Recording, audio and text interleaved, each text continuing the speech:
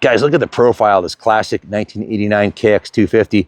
We just got the tank in. It's a restored, beautifully restored OEM original 89 tank. They're like hen's teeth, a little bit sexier than the 88 tank that was on the bike before. And this thing's an absolute diamond. Everything's been done on it, top to bottom.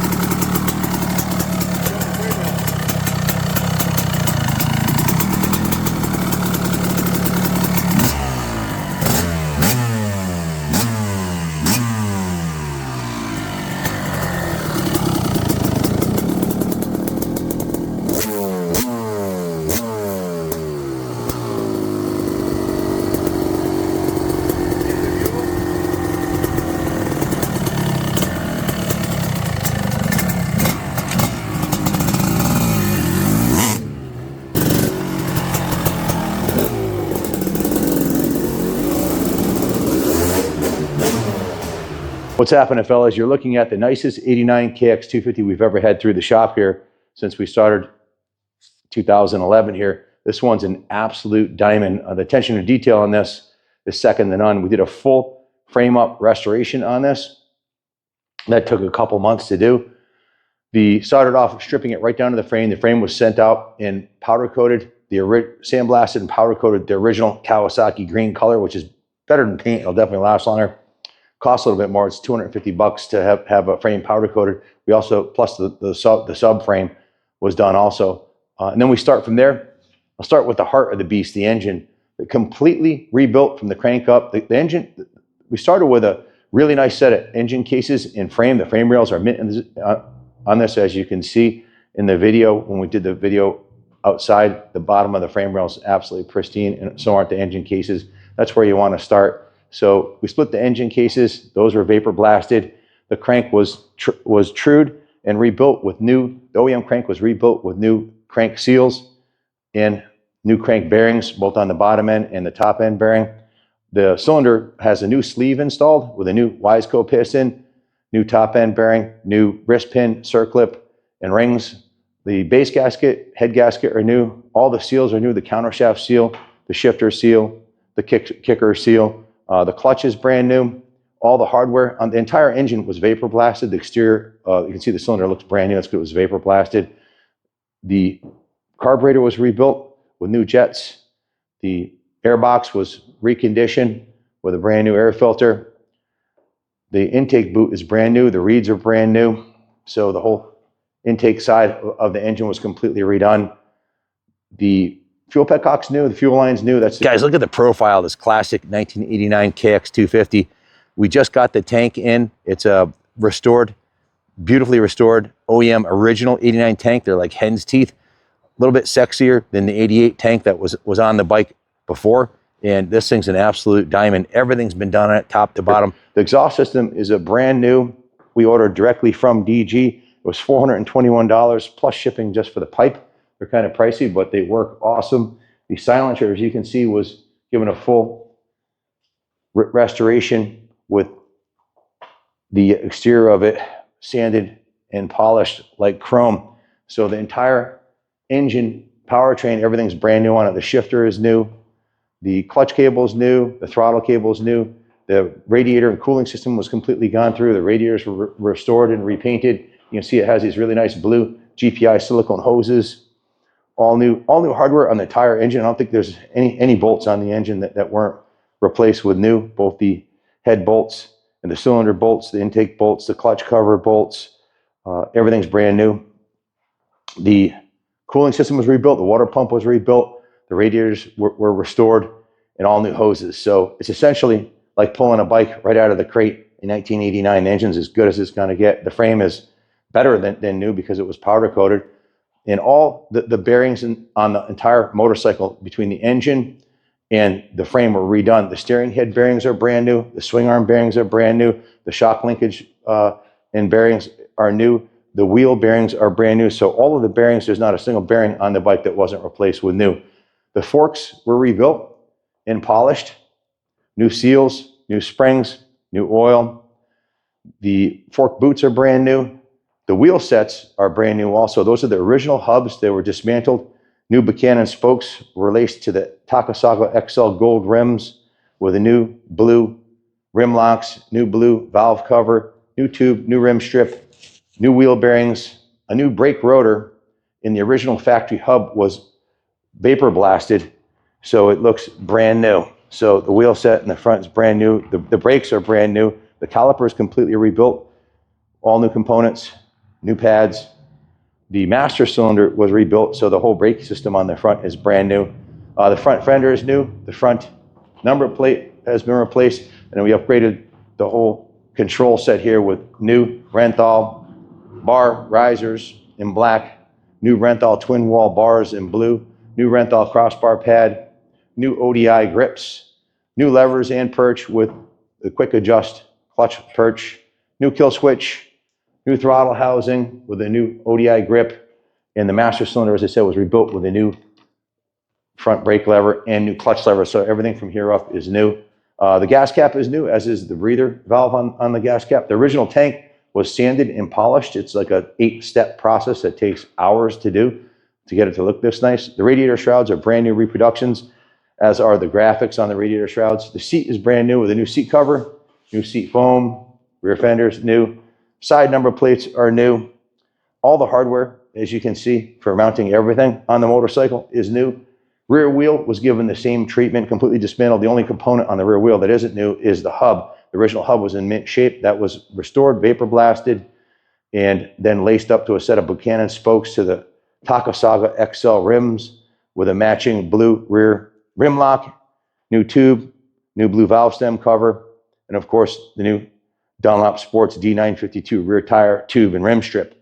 Rear brake system is brand new on this motorcycle. The rear caliper has been rebuilt with new pads, complete caliper rebuild kit. It has a new replacement caliper guard, new caliper, new hose guide, new rear hose. The master cylinder is new also, as is the mounting hardware for it. Everything's new or rebuilt in polish. You can see all new hardware, all new bolts. The shock was completely dismantled, new shock bladder, new shock seals, new shock oil. It was recharged and completely rebuilt, and the spring was repainted, so the shock is restored to new condition also. New shock bushings, both upper and lower, to go with the new linkage bushings and swing arm bearings. Pegs were restored with new peg mount hardware and new springs on both sides. The original kicker is in excellent condition. Original clutch cover is in excellent condition. And as I mentioned, the frame is on the bottom of it, looks as good as the top of it, looks really good. New frame protector, so you don't scratch up your new powder coated frame. You got to ask at this point, is this a bike that you'd want to take in the dirt, or are you going to show it off, run it? If you're looking for a national caliber race weapon for the vintage racing series, basically just have the suspension valved and set up for your weight and riding style, and you're golden, either by Factory Connection or Race Tech, either one of them. And it's ready to take to the track, ready to take to the line. Put a guy like Carson Brown on this bike, and he would clean up at the Vintage Nationals and hold his own in the two-stroke Nationals against the modern bikes. These bikes in the 89 to early 90s was the pinnacle of two-stroke development. The engines really never got any better than this, and they started focusing on the four-strokes in the 90s, late 90s. So all the tank mount hardware is new. Everything on the bike, like I said, not a bolt was left unturned or replaced on this bike. I think I covered pretty much everything. It's running Bellray 80-weight gear oil, new subframe bolts, new motor mounts, new engine ice coolant, a new crankcase breather, new vent hose clamp, new air filter, new carb intake boot, new reed pedals. Let's see. I think I covered pretty much everything. There's like a 9-page list here. It'll all be written up in the eBay ad. It also has a new shock bumper in addition to the bladder, new Maxima Racing shock fluid, has a new foot peg bracket,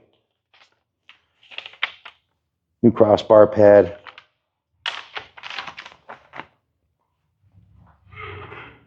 As far as the brakes go, everything is new on the brakes. Brake rotors and mount bolts, brake pads, master cylinders are rebuilt, new master cylinder diaphragms, new brake caliper rebuild kit, new brake line stays, new countershaft sprocket. I almost forgot, brand new Renthal sprocket, as you can see, with new mounting hardware. The swing arm was repainted, new swing arm graphics. It has a brand new Fredette Racing rear chain guide, all new rollers and sliders for the chain, both on the top of the swing arm and in the chain guide, of course. New gold chain. Like I mentioned, all the plastics are new on the bike, except for the tank. That's original. And of course, it was test ridden and jetted thoroughly. So that's the good news. The bad news is, well, Devin worked on this for a couple months. There's a lot of things that aren't on the work order, like me coming down to the shop every day and talking to the guys about what's going on, both in the detail shop and the service shop when they're working on it.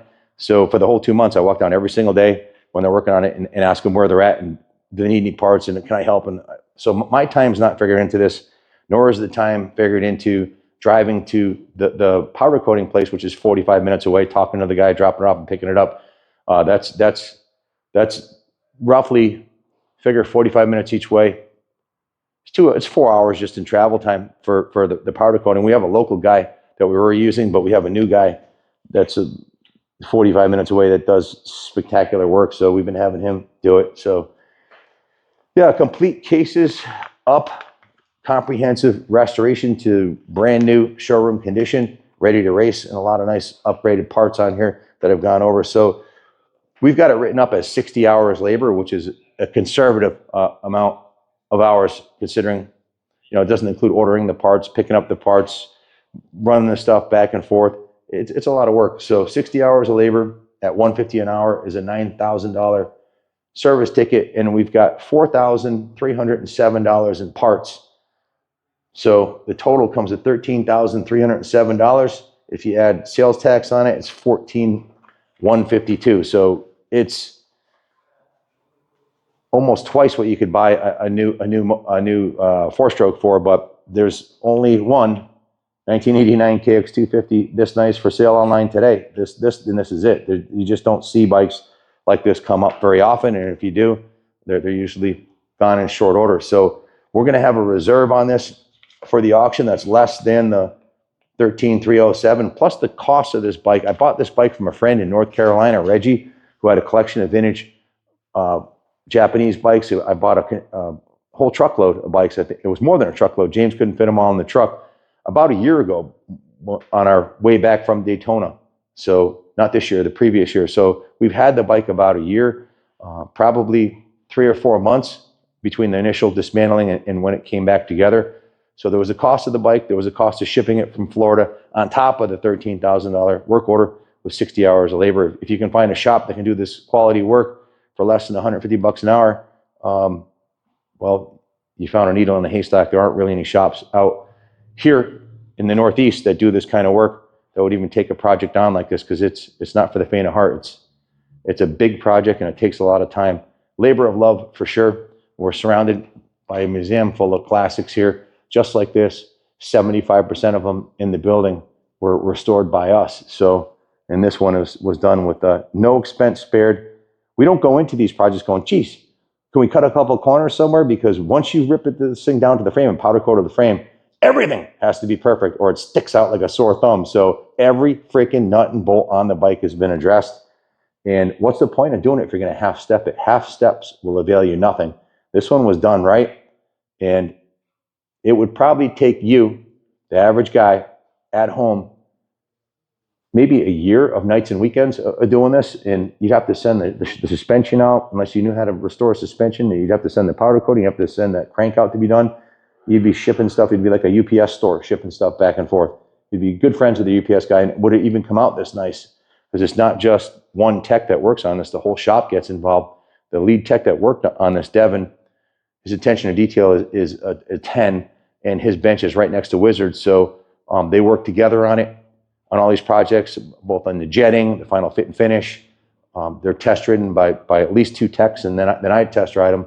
So it won't get any better than this, that's for sure. You won't find a better one. So that's enough out of me. You get the idea. Total labor of love on an outstanding model to do it on. The 89 KX is an awesome piece. My friend Jim Boshin, privateer, used to qualify for the nationals on these. I'm sure he's gonna get a kick when he sees this thing. I mean, this thing will be ready to take to the track and race against the new bikes if you wanted to. Put a guy like Carson Brown would probably destroy 90% of the local pros, or put Roxon on this, he'd probably beat all the local pros with this bike. They're really that good. Thanks for watching, and God bless America.